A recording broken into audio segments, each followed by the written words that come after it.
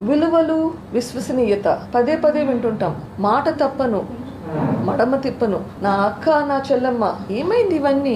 ఎప్పుడు పదే పదే అంటుంటారు. మా నాన్న విషయంలో ఇవన్నీ మనకు గుర్తురావా? ఏమైనా మన విలువలు? ఏమైంది చెల్లెమ్మ? నాకు ఇచ్చిన మాట ఏమైంది? ఇంకోటి అంటుంటారు, దుష్ట చతుష్టయం. సరే, అపోజిషన్ పార్టీస్కి మీరు ఏమైనా పేర్లు పెట్టండి. వివేకానంద రెడ్డి గారిని చంపిన దుష్టులను వదిలేస్తే ఎట్లా? వాళ్ళని వదిలేయడం కాదు, వాళ్ళకి ఇంకా ఒత్తాసు పలికి వాళ్ళకి సపోర్ట్ చేయడం ఉంటే తప్పు కాదా? మంచికి చెడుకి యుద్ధం అంటారు. ఇక్కడ ఏది మంచి ఏది చెడు? చంపినోళ్ళని ప్రొటెక్ట్ చేయడం మంచిదా?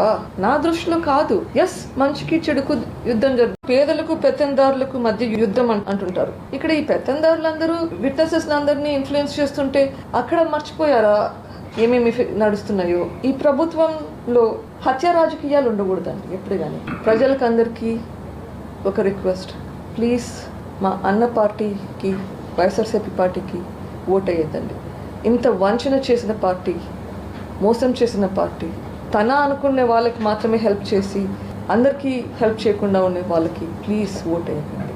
ఇప్పటి వరకు సిబిఐ విచారణలో అక్యూస్డ్లో అవినాష్ రెడ్డి, భాస్కర్ రెడ్డి ఉన్నారు. ఖచ్చితంగా వాళ్ళని రక్షిస్తున్నారు.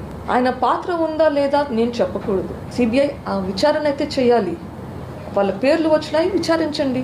ఉంటే బయట పెట్టండి, లేకుంటే వదిలేయండి.